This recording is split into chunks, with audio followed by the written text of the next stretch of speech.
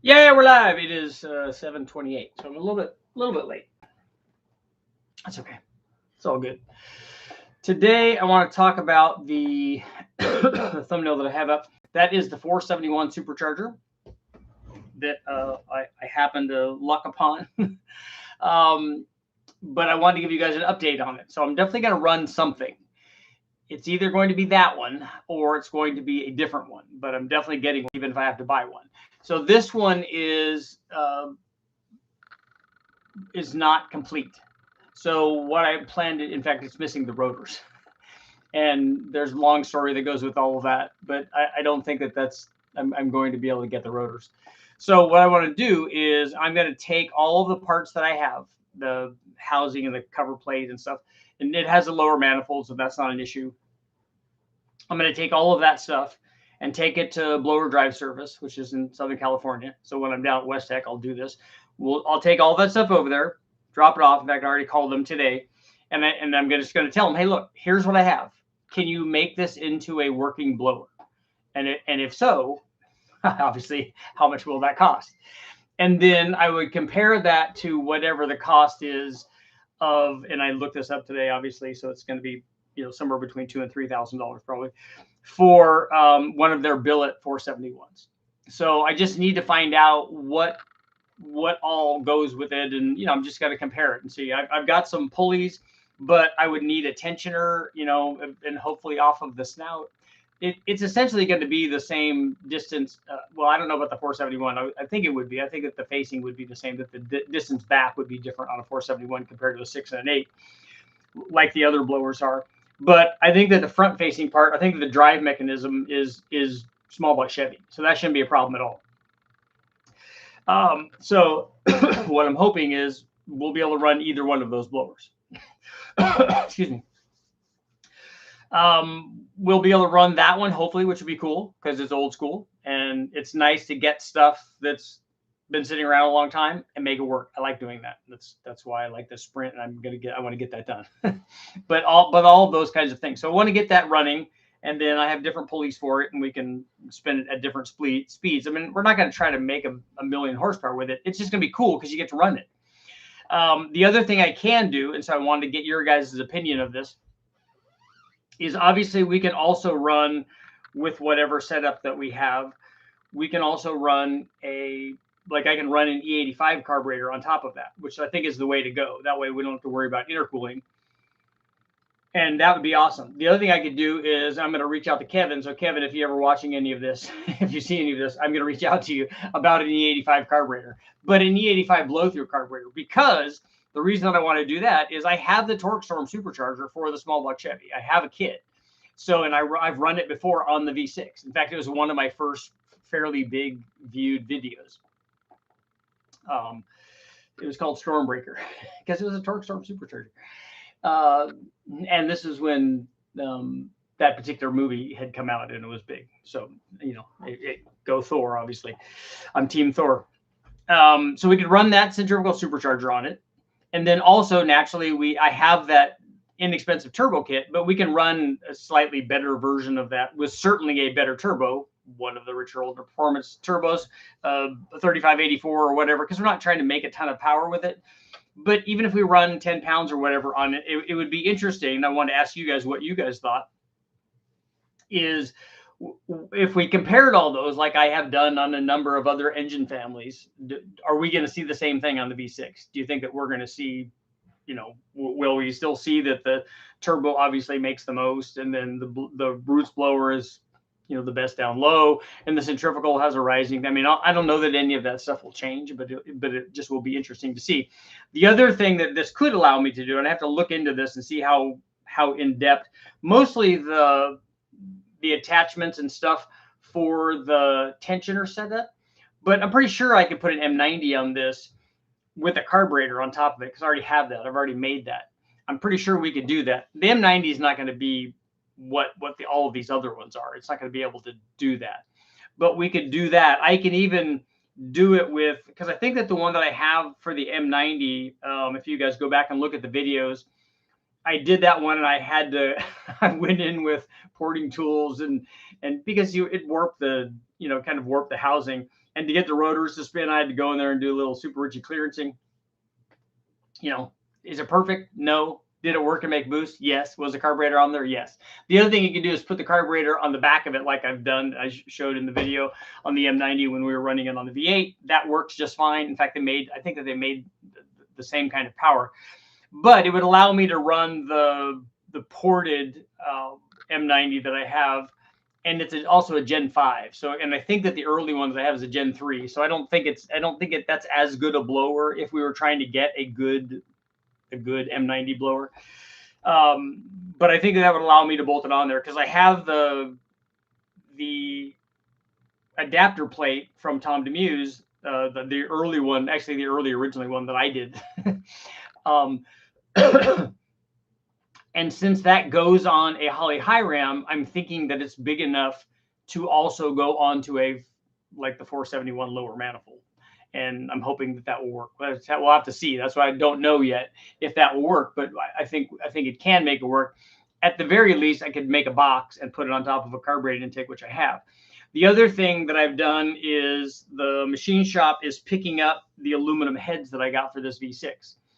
And I just want to make sure what shape they're in. I need to see if the valves are sealed, if it's just, if they're good heads, what the springs are, how much spring pressure we have, or are they set up for hydraulic roller or whatever. Will all of that stuff work?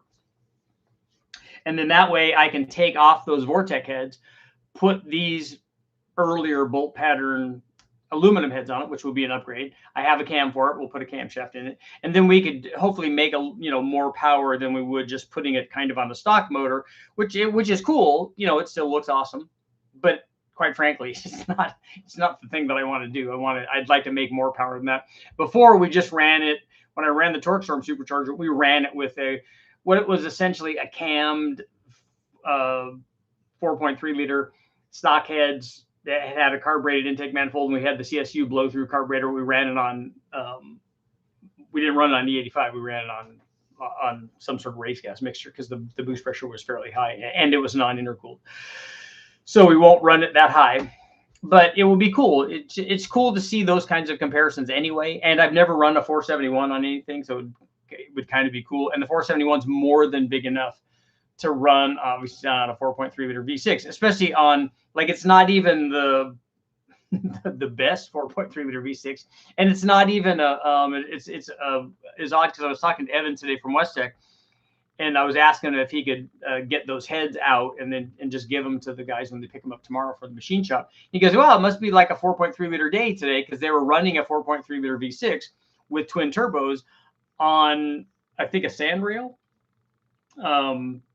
On the chassis dyno, and they said he think that they were making like 800 at the tire on this 4.3 liter. So I don't know the specs on it or anything. He just said it was a twin turbo thing, and that they were making good power with it. So it's kind of awesome. So it shows you obviously what can be done, and then obviously you have at the far end of the spectrum are full race things, Canaval things, all of that stuff, and then the one that Urban and the Skagadicky guys did, that made 1400, the LV3 base one, the latest version of the latest greatest 4.3 liter version, which is also cool. But that's not what we're doing. So I got a lot of 4.3 liter V6 testing that I want to do. We want to run that cheap turbo kit just kind of the way that it is and see what it does. And then I have also the Holley Terminator, I guess, or Sniper, the 4-hole throttle body thing will be blowing through. So that will make life easy for a blow through setup. I think also that given its flow rate, the injectors are big enough that if we did that, we could also run E85 through that, because I think that will support 1200 horsepower, and we're not going to be anywhere near that. So as a blow through thing, that would still work too, just like a carburetor would. So it'll be interesting. I would like to run, however, some sort of E85 carburetor, and I might just buy one, an E85 carburetor on the 471, because I think that would help things and make it, make it a lot more powerful. Because E85 is the intercooler.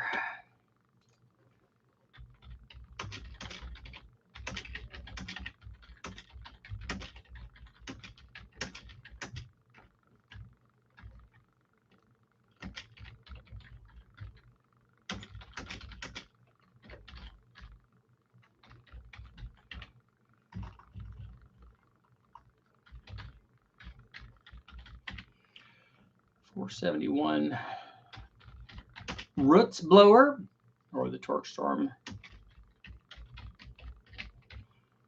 Or the torque storm was turbo. Okay, will the turbo make more peak power than the 471? That's a 4571.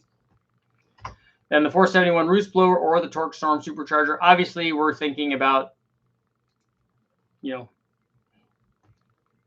torque storm at the same boost. Okay, there we go. Will the turbo make more at the same boost level? We'll see what people got. We'll see what people got going on. K Stang, what's going on? Can't go wrong with the roots blower.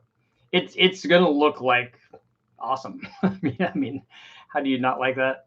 Joseph, what's going on? I have a 30 over 307, 601 head castings. Should I buy roller tip rockers and go solid flat tap it? Stud girdle. I mean, how much RPM do you want to run? I don't know that you're going into stud girdle territory. You're not going to do that with a flat tap it probably, so you don't have to worry about that. Is your 307 like an early 307? You can do a flat tap it on that if it's an early one, if it's not a later roller block. Otherwise, I would do a hydraulic roller. Getaway, what's going on? Stuck. Should I put a turbo on it? Yeah, a turbo can make more power than all this stuff. How about a Hellcat blower? There's no adapter for a Hellcat blower.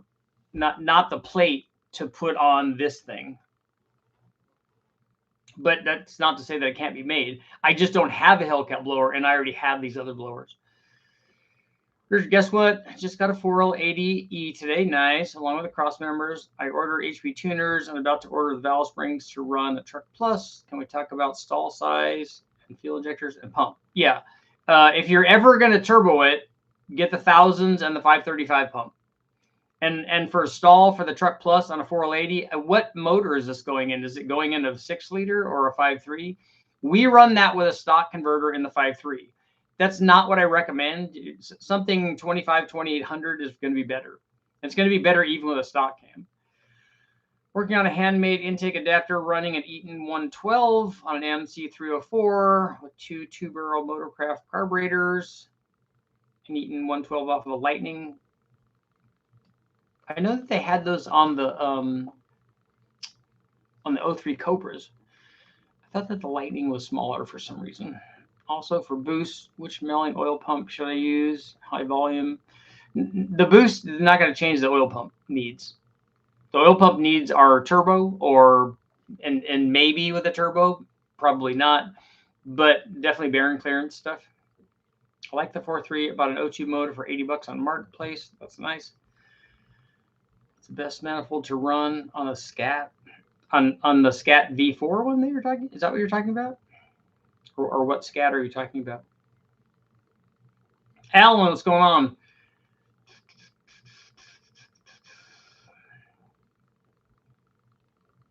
Tell me more about what you mean by Scat. I don't know what you're referring to. Is it a Hemi? What is it?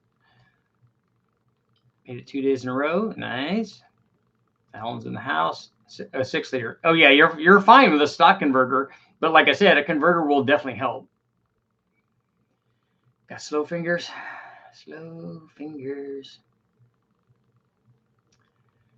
I normally do, but last month was rough. The only 307 that had a roller cam was Oldsmobile. I think it was the first roller cam GM made. Yeah, no, I know. I didn't. It could have been an old 307. That's what I was thinking of. But when you told me that the head casting number, I figured it was a Chevy. But you can do a retrofit hydraulic roller if you want, or you can do a flat tap it. Well, all of that works. A Scat Pack 6. So what size motor is that, and how much power are you trying to make, and what camshaft do you have, and all that? Because right now I'm leaning towards the stock intake. Basically, you're just wondering what type of oil pump and why we pick one type over the other. Well, we pick it based on bearing clearance.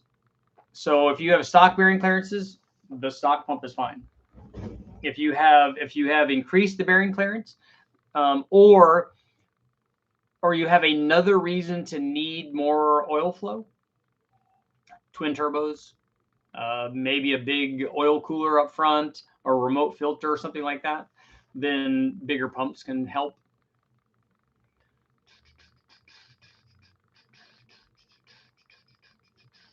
Both on a Hemi compared to the stock manifold, especially if it's a later Hemi and you have the dual runner thing, a high ram or a low ram. I didn't know that they made both for the Hemi, but they're both really short runners, and so they're going to lose power down low. And when I say down low, I mean below 6,000.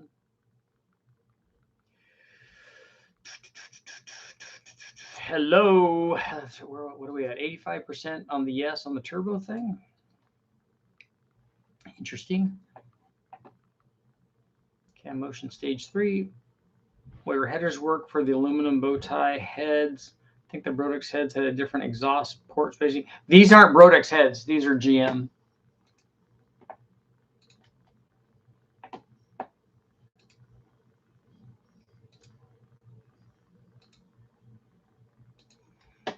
I would like to flow them, but Westech doesn't have their flow bench anymore.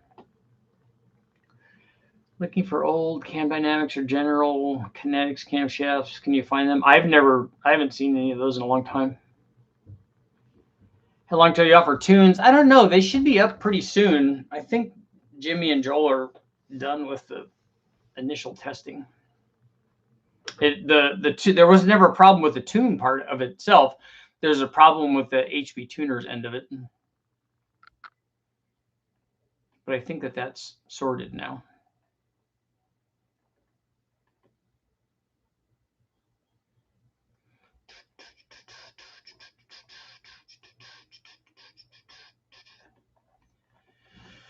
$30/307. So I know you have the motor, and that's good, but you could also do a 350.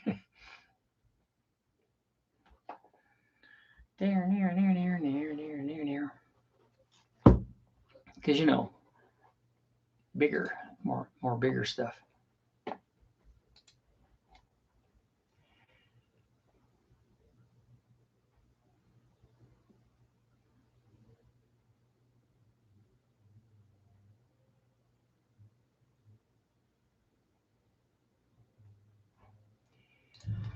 Near.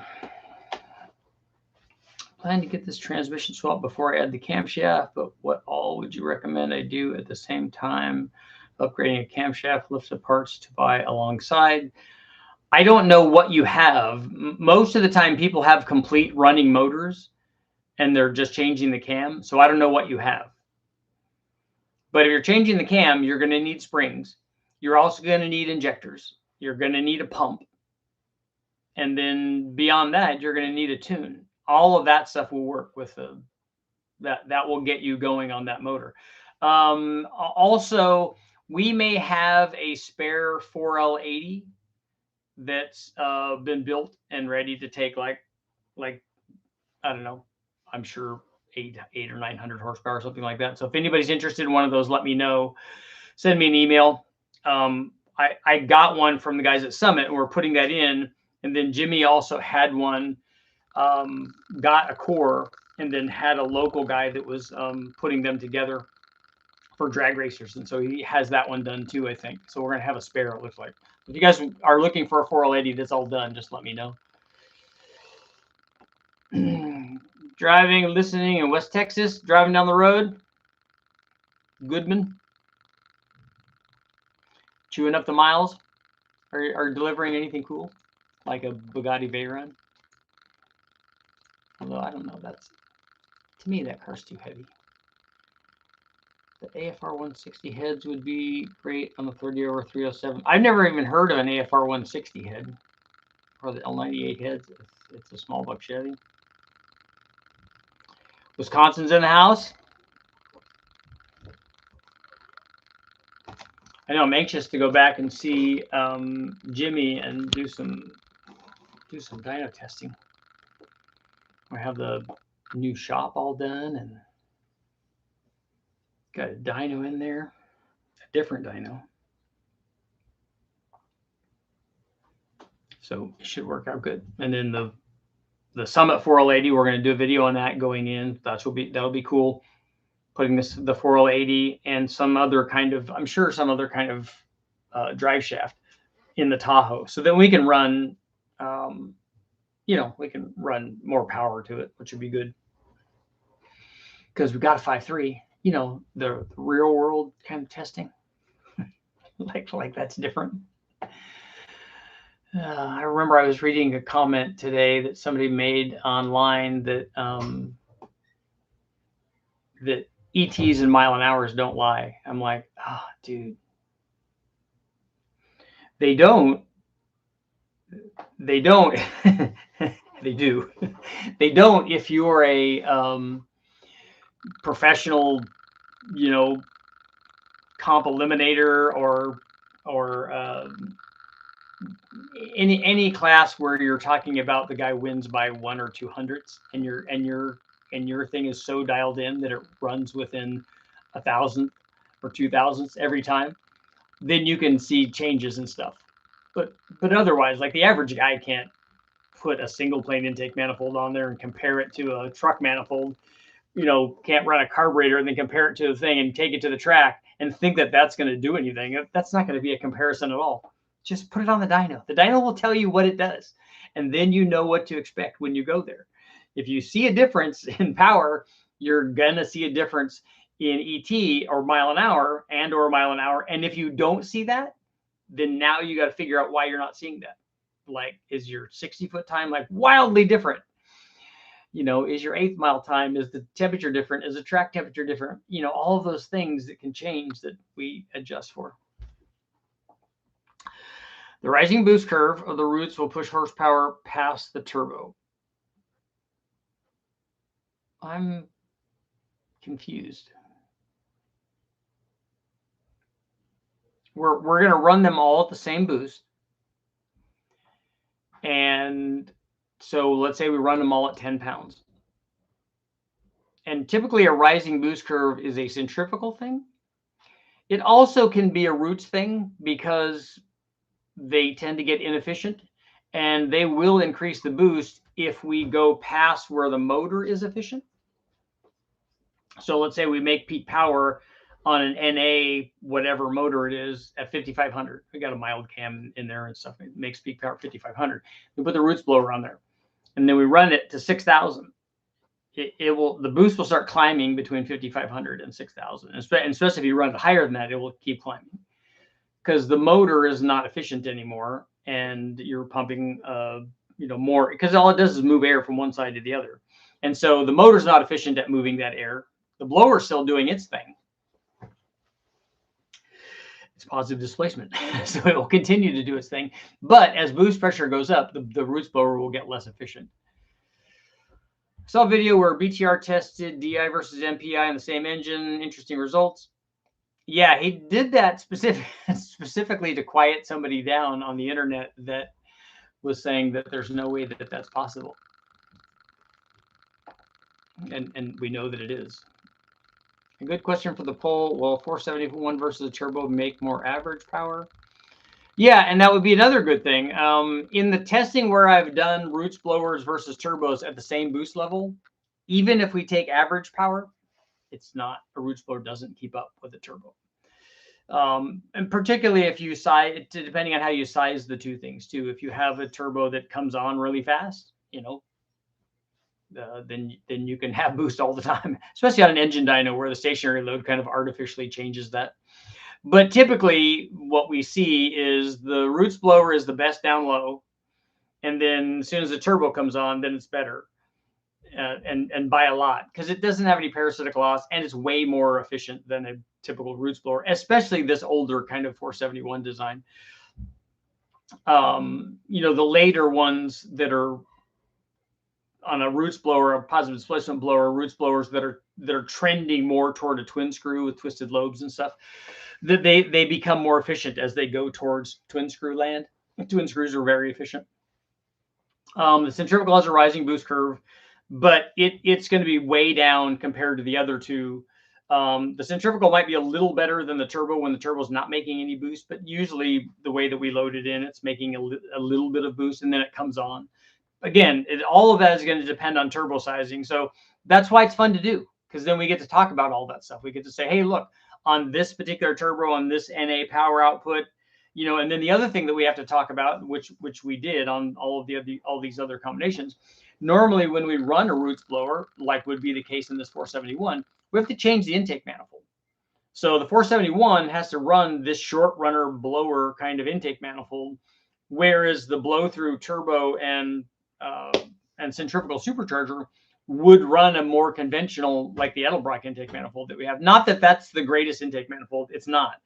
I have that other smoky unit kind of manifold, which I think I can run with these aluminum heads. So that would be interesting. We just got to make sure that we seal it. I don't have the gasket that goes around it, so we might need to silicone it or make our own gasket or whatever. But it would. But there's a lot of cool stuff to talk about when we do that.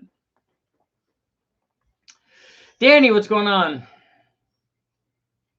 Just emailed you. Yeah, Mason, I saw your thing. Same boost, same power? No, that's not true.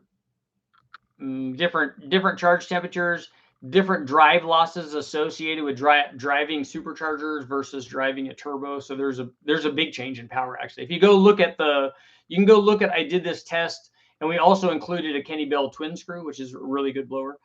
I did this on a 4.6 4-valve.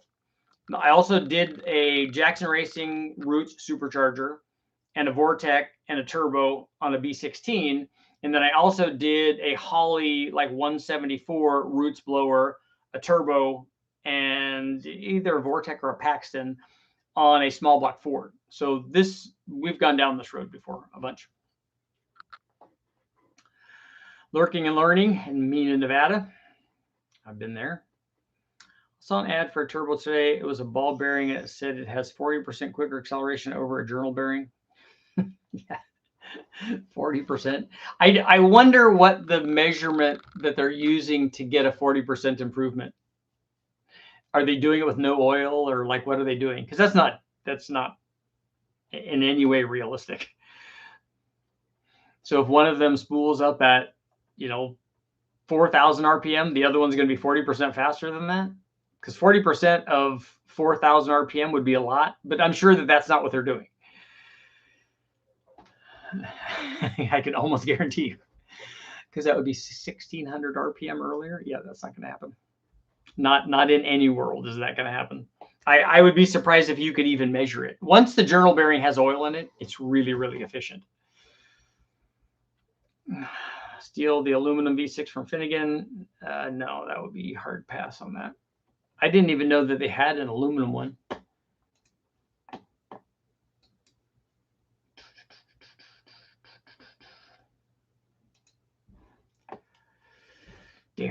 Would installing 1.6 exhaust valves on a 4.3 Vortec head help or hurt turbo spool? I don't know why you would only do exhaust. You'd be better off usually doing the intake or doing both. The thing that would tell you whether or not it's going to do that is putting, and are you putting those rockers on with a stock cam? Are you putting those rockers on with some sort of aftermarket cam that already has enough lift or as much lift as it needs at that duration? The thing that will tell you is does the rocker change add power down low? If it adds power down low, you'll see better spool. If you don't, it's not going to help spool. So it has to have better NA power. Mike's is a Bush car engine. Oh, okay. Yeah, they had some cool versions of that, of those motors. But I'm more interested in not exotic stuff. I'm more interested in the stuff that helps people that have these motors, and not very many people have like aluminum versions. Maybe they meant 40% faster than no turbo.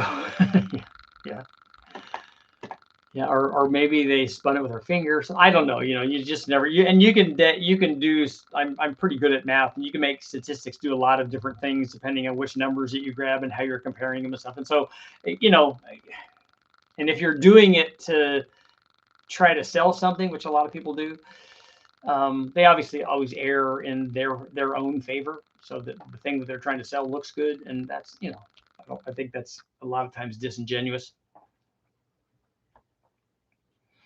No snakes today. I didn't go look. I might need to go out tomorrow. Although tomorrow's Friday.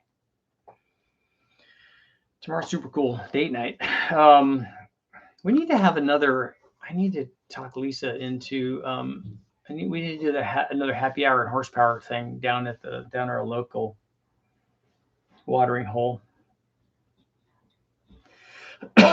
She was fun on the last one that we did.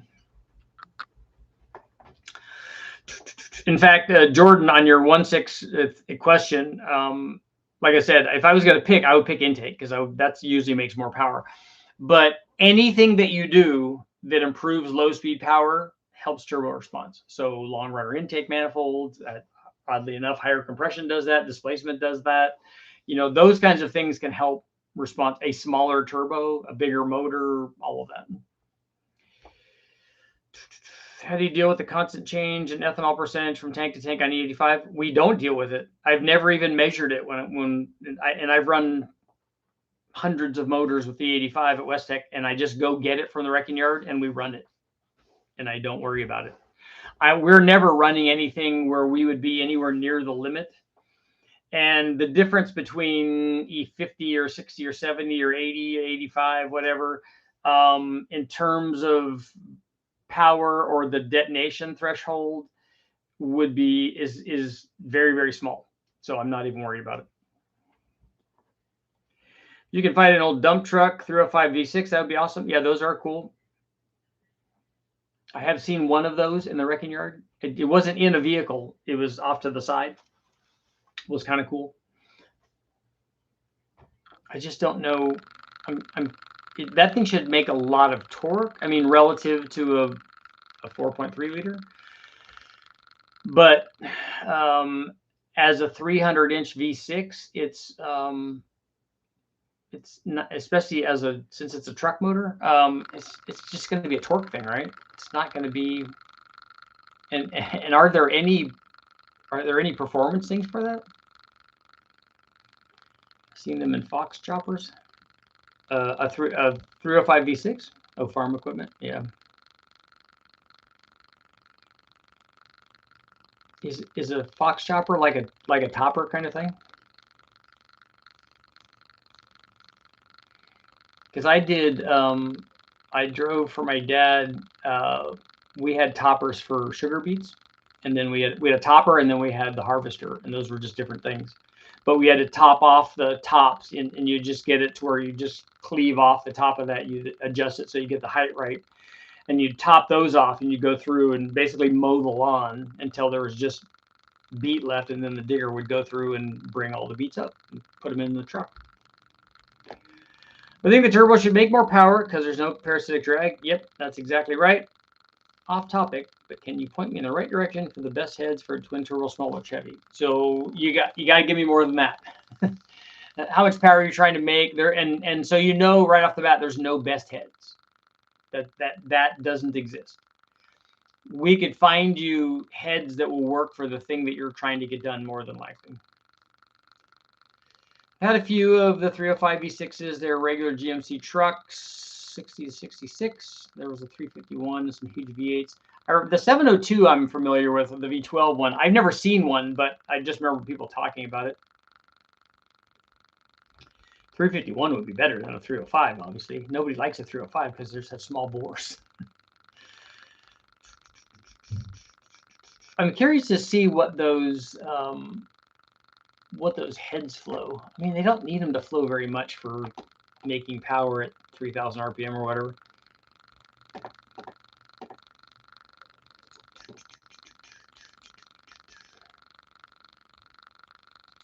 Your next vacation starts now. I don't think that's the case. Yeah, Andrew, just need to know like what's the motor, how much power you're trying to make NA, what turbos you're using, how much power you're trying to make on a boost, all that stuff. Because the best heads for a small block Chevy are going to be really, really expensive, at least in terms of what their power potential is. And what people mostly talk about is like, what's the question that we get that's not this, but it's related to this, is what's the most power I can make? Well, do you want a top fuel motor? Oh, no, I don't want that. Well, then you don't want the most power. You want the second or third most, at least, probably way down the list, even farther than that. It's not the most. So tell me how much you need, and then we can tell you like a realistic combination that will help you get there. Because what happens, the second thing that happens after I have that discussion with them is like, oh yeah, how much power can I make, or what's the most amount of power I can make? Well, I was only looking to make 700. Well, just start off with that. Can I make 700 with a turbo LS? Yes, very, very easily. Choppers turn green, corn stalks into silage. What injectors you run for E85? I have Holley 120s, but I've heard they're not E85 compatible. I don't know about the Hollies. I thought that they were. We have run those with the E85 in the past. But we would run big ones. I think what we have are 1600s or 2200s or something. I think Jimmy has some of those.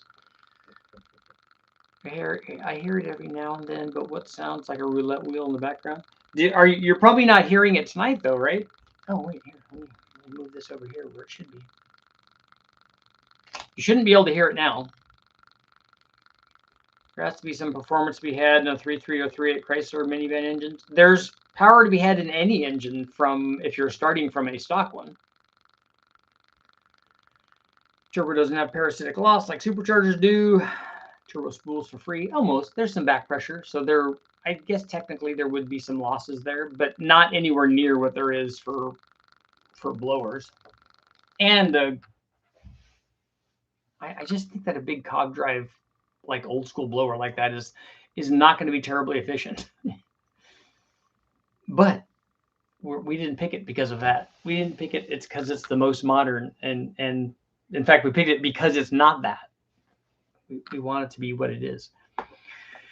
Like the 60-degree 3.3s and 3.8s. I remember seeing one of the 3.8s, I thought, minivan engine when I took the Omni to that Shelby meet. There's a guy that had that minivan and it was turboed. And I think that he had it wicked up pretty good too. My stock 5-liter Mustang seems fast. I could imagine 400 horsepower sounds crazy fast. Saw your testing, good stuff. Yeah, a stock 5-liter Mustang is like a 15-second, 14-second car, depending on how you had it equipped. But yeah, stuff nowadays, you should go ride in see if you know of anybody that has a new Coyote and go ride in that. And it's like, I mean, it's a lot heavier car, which I don't like. And it feels to me like it's a lot bigger than the older Mustang is, which I like smaller cars. But when you ride in one of those, you're like, oh yeah, this is way faster. This has twice as much power. It has a good bit more weight, but it definitely has twice as much power. You can hear the thing now? That's weird. I even moved my thing. There.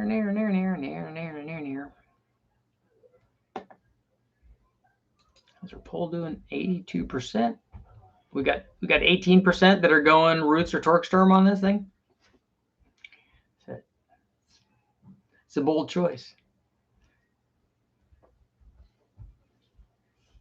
Yeah, there's no motor that you can't run a turbo on. I mean, you just got to route all the exhaust to the turbo, and then intercooler and tune and turbo goodness, and all of that's just like nothing but good. Sometimes that's with some of the motors that people do, like a minivan, where a guy wouldn't be doing a whole bunch of like, I don't know of a performance aftermarket for that. Maybe that exists. But for a lot of these things, the guys want to upgrade because that's what they have, and that's awesome. That's what hot rodding is all about. Like a turbo is the only way to get significant power gains because there's not cams for them. There's not ported heads for them. There's not intake manifolds for them. There's not stroker kits. The power adder way is a good way to go because you can always put nitrous on everything, just like you can always put a turbo on everything. As long as you can do the tuning on it, you could get good power that way. Sounds like some paper caught in a fan.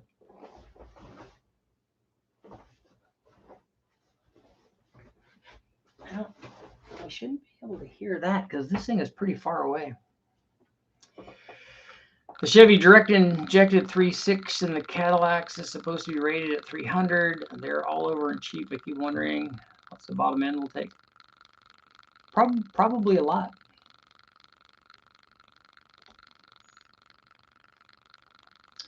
I had a 215 V8 Vega and I always wonder what the turbo would be like because it ran well. Just an 1850. An 1850 carburetor? I remember seeing one of those 215s. The guy that did the welding, Peterson Engineering, I think was the name of it, that did the cage for my Mustang, for my 5-liter Mustang that I ran in showroom stock and at the Silver State and lots of stuff. I still have the car. But he did the first cage on it, but he had one of those 215s. And I forgot what he was putting it in, but I remember every time I would go down and he'd be welding stuff, I remember walking around, oh, this is the coolest thing ever. It's an aluminum V8, man. That's like race car stuff. Probably not super powerful, but still, kind of awesome. And then obviously we would need to have 2 turbos on the V6 blowing into the roots blower, right? Is that, then we could go all Pro Street on it. Twin turbo small block Chevy 383 chasing 1500 with heads.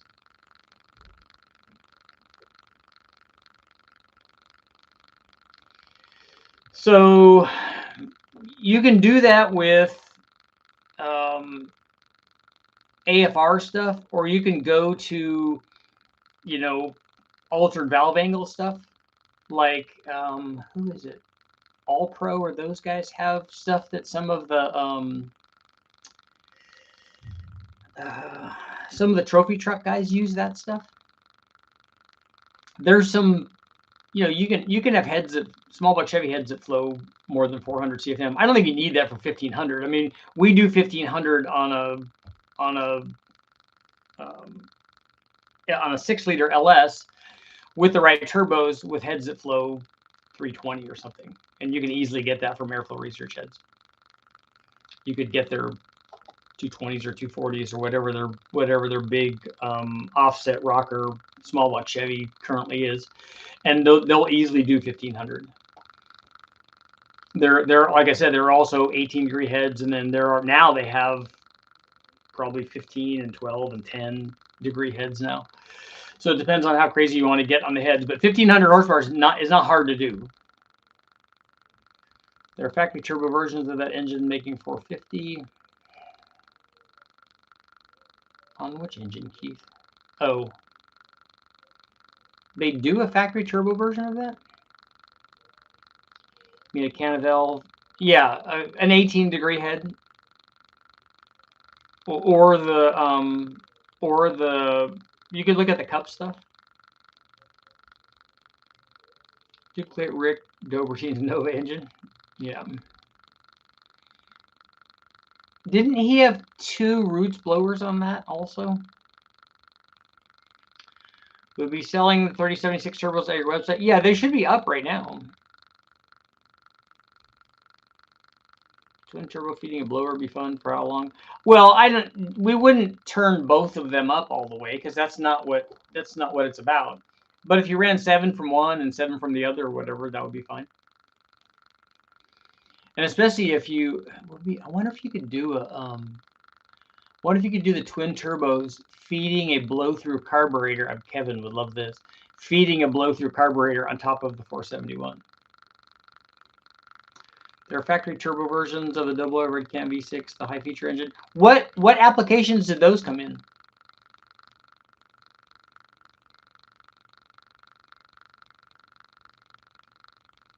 And then how much power did they make? Were they in the like CTSV stuff or something?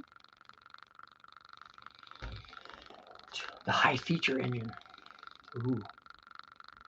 Fancy.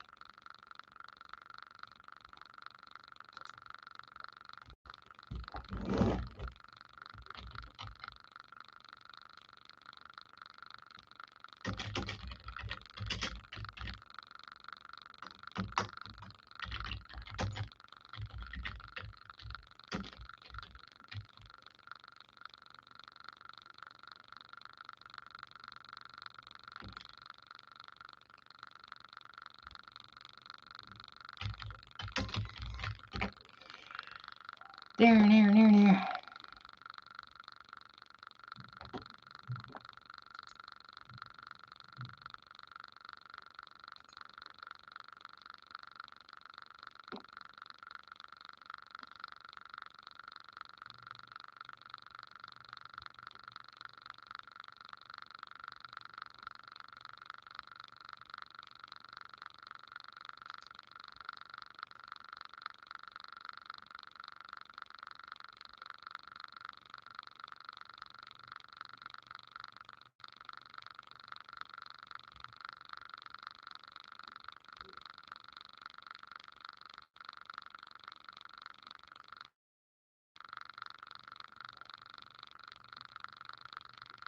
I'm scrolling through reading something. There. Somebody told me about the king snakes the other day. I'm looking to see if that's, I've never heard of it. Turbo feeding a roots blower is counterproductive. Tui did it and the rotors were an obstruction. He pulled them and gained a ton of power. I would be surprised if Brian ever did that. I have done that. I did that on the that on the 3800, but to my knowledge, Brian's never taken a turbos and fed a blower. On a blow through, I do wonder what the limits are. I like the sign of the high value 3900s. Is that better than a 3600? And the high value is different than a high feature. ETSV and Black Wings were 450. Cool. A couple other Cadillacs had lower powered ones, 400 to 420. Any news on the sensor? You're going to mass sell. So I heard you said you were working with the company. On which sensor? For the only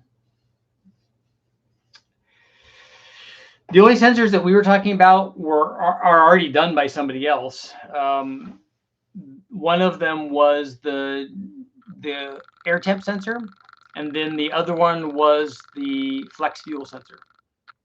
But those are already done. We're not building sensors. Do you know anyone that does intake mods on the 8.1 Vortex besides what Radar does?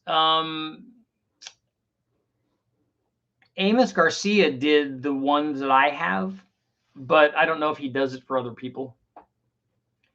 The GM High Value V6 was a final iteration of the old 60 V6, replaced by the double overhead cam high feature.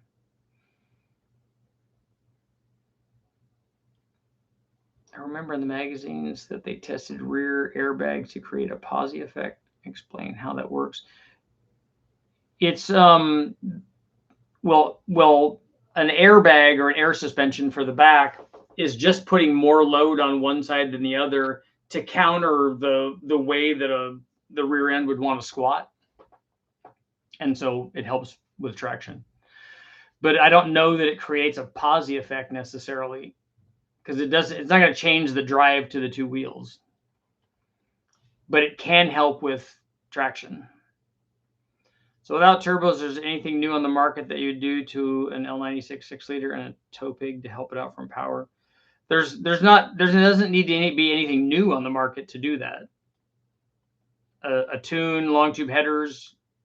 Hopefully you already have cold air going to it for normal towing conditions. A small cam would also be good for that. Didn't airplanes have superchargers and turbos at the same? Yeah, some of them did. Do you know of any benefits of a Gen 6 big block Chevy 8.1 versus a traditional? Well, a Gen 6 is not an 8.1. A Gen 7 is an 8.1. A Gen 6 is a conventional small block.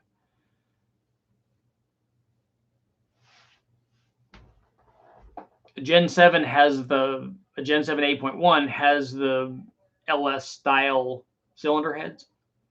It's a 496, so it's bigger than the 454s that came before it, than the Gen 6 stuff. It's a little bit interchangeable with some of the stuff. Like I've seen guys put regular big block Chevy heads on them, but it's not without a lot of work. Lots of engines had nitrous injection. They used that a lot during the war. The The British used it. The Germans used it. We may have used it toward the end. The U.S. I mean, not we, like I was there. Brian Salter did a whole video that explains how much duration a higher ratio rocker can add. It's a lot, like say 400 lift, it might add 15 degrees. He does it all with a degree wheel. I don't know how much he's changing the rocker ratio to get any kind of 15-degree change. If you have a, and we might be talking about two different things. If you go from a 1.5 to a 1.6 Chevy rocker, you're going to change the duration of the camshaft by like 2 degrees. It's not very much. The 15-degree change you might be talking about either is a much bigger change in rocker ratio, or it's a true ratio rocker where the other one was not. So during the curve, one of them is not giving you the actual rocker ratio. It's giving you less than that. And then the one that's giving you the true rocker ratio, and if it's even greater, then you can see a bigger change. But it's not 15 degrees like universally for rocker ratios. It's very little for rocker ratios.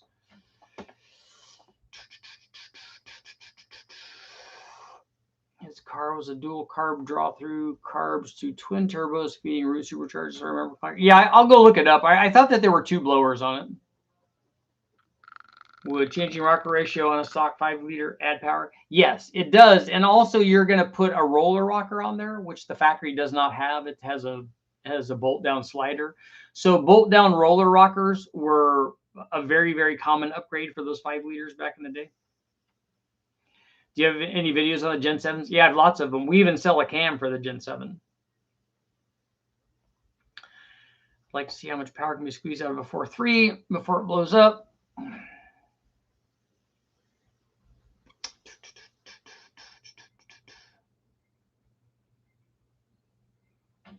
Somebody reached out. I don't remember his name. I have it on a text or something. He's the guy that ran a stock block Ford, like up really high, 900 horsepower, something like that, and was drag racing it. He reached out and sent me a bunch of information. Does extra exhaust duration actually help the intake charge by dropping cylinder pressure? No. Because if you have extra exhaust duration, you could increase overlap, and that could actually make things worse on drawing intake air in.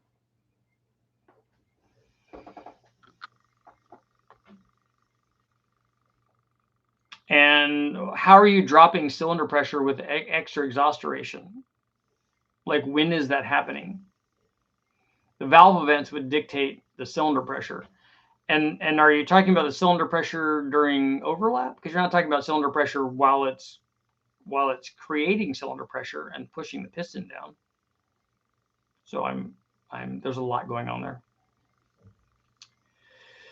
Those 305 V6s were in a ton of school buses. The RV would accelerate, believe it or not. My RV would accelerate. There are no performance parts I know of, but every motor is the turbo motor. Get rid of the monojet. Is that what carburetor it has on it? It has a 1-barrel carburetor on it. Is it going to hurt my power if I get my rings for a Whipple, but won't put it on for at least a year? No, it won't change the power at all. And both valves are open during overlap. Are you changing overlap then by doing that?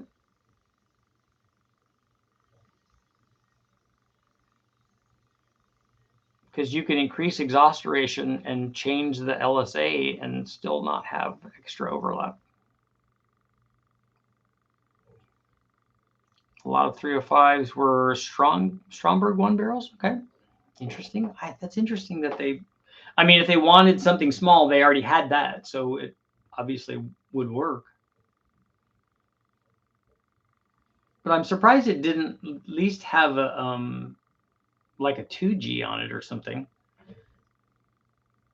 At least a 2-barrel. It obviously needs a 4-barrel. That's going to like really wake up. Man, you do a 4-barrel RPM air gap on that thing, man, you'd be all set. I wonder, that thing can't share any architecture. I wonder if there's any way to adapt something else onto that. So we're going to close out our poll at 82% on, yay, go turbo, go turbo, go turbo. It's your birthday.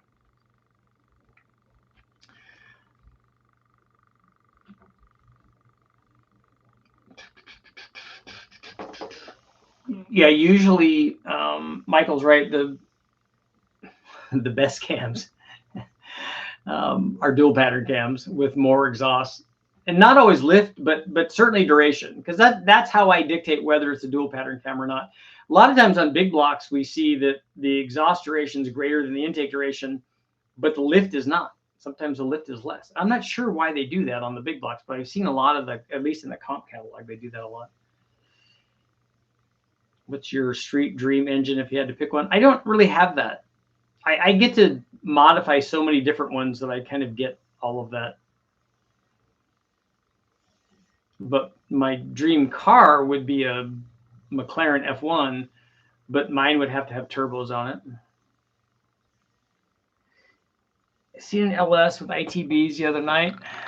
Nothing about it, how it ran. It did look good. I've run stack injection on LSs before. They sound good, but it's as cool as I think it looks, and as many Cobra things as I've done that have those on there, the either Webers, or I don't think we ever did Webers on them. I've seen those, but we did the injection on those that look like Webers. We did a lot of those, and as cool as that is, I would never have that. It's just too problematic to get right. Radiator hose intake for the 305 V6. That's pretty small. What is it? Does anybody know what that 305 V6? What is the power rating? I can look it up.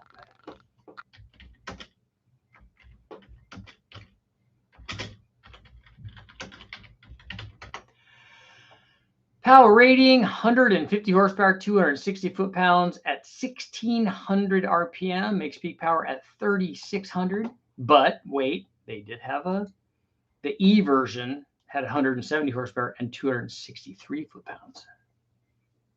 Wow. The 6066 GM guy.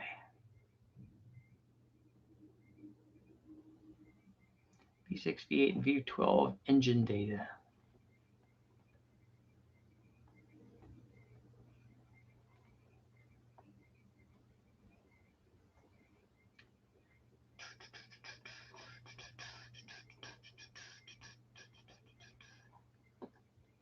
The engine is designed for a balance of power and efficiency, making it a popular choice among enthusiasts and everyday drivers.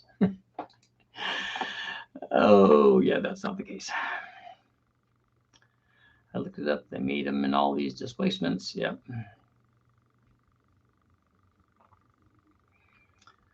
FE360, 350 gear, manual trans, turbo versus stroker kit, towing, sand drag maybe. Well, you would gain way more power from a turbo than you would from a stroker kit. ITBs were 3D printed, I should have mentioned. That's cool. I wouldn't have the ITBs themselves 3D printed, but maybe the stacks or something would be cool, because you can make them, give them that like carbon fiber kind of look. TMC also made 637 turbo diesels. Cool stuff. We got one more minute. One more minute.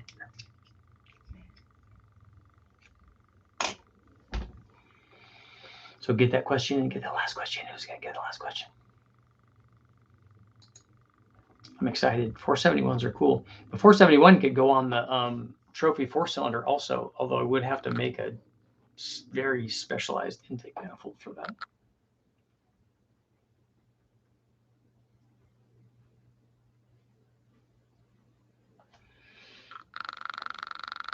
Because that's what Mickey Thompson did, and it looks fancy. Although again, you know, it's nostalgia because a turbo would be a lot better. The 471's for a 4.3 liter V6 because I have the intake for it already. I don't have an intake manifold for that. I've built a few for cranes. Nice.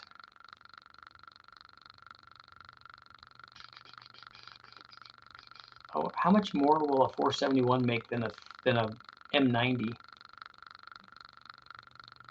And on that note, on that final statement, it is time to go. I'll see you guys tomorrow.